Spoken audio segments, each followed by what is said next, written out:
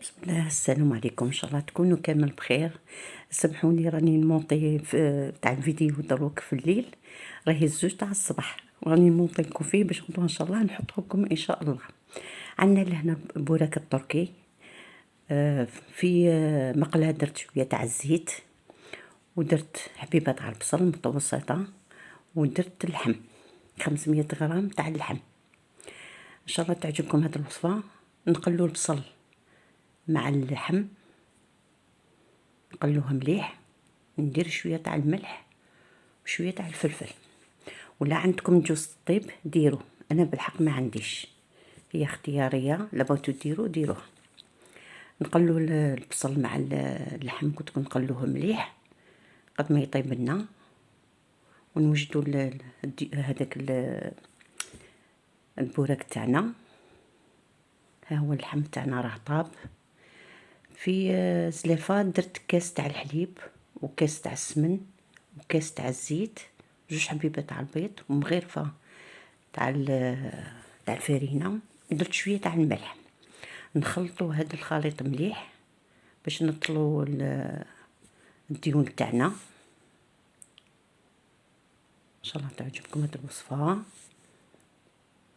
انا بالحق راني نهضر غير بالطبع ونخاف لا نسمعهم، الدنيا كاع راهي راكده. ها هو الكلاج تاعنا، نحلو الكلاج تاعنا ونديرو 2 تاع الورق،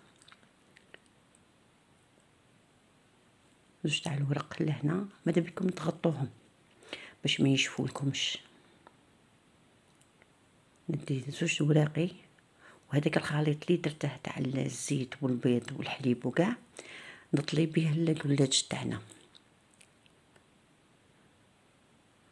نطليه مليح باش ندير اللحم.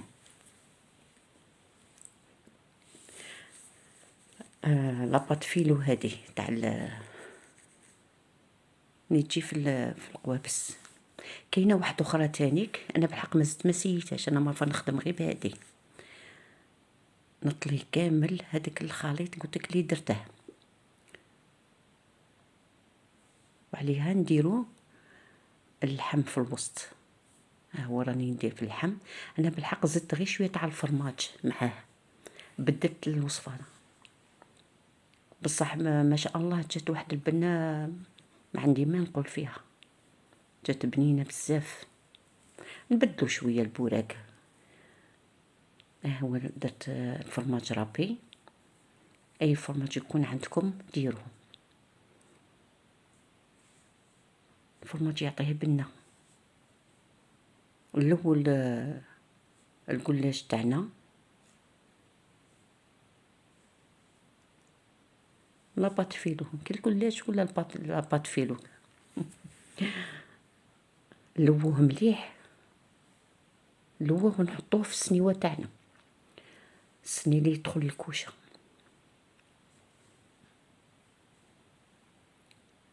نجيبو السني تاعنا ونحطوه،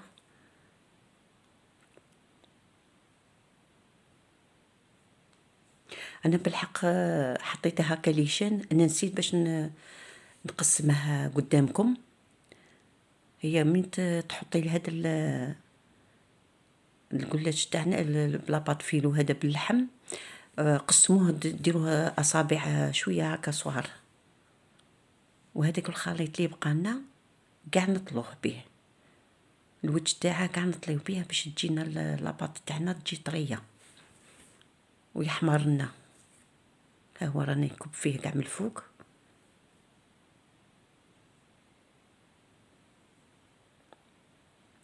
وندخلوه للفرن.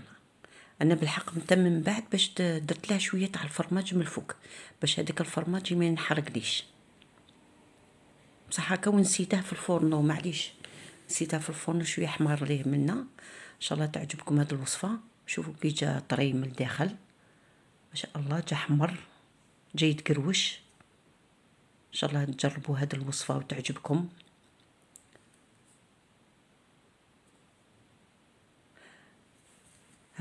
نقسم لكم حبيبه معاها، شوف كي جا طري، ما جاش قاصح، جا طري من الداخل.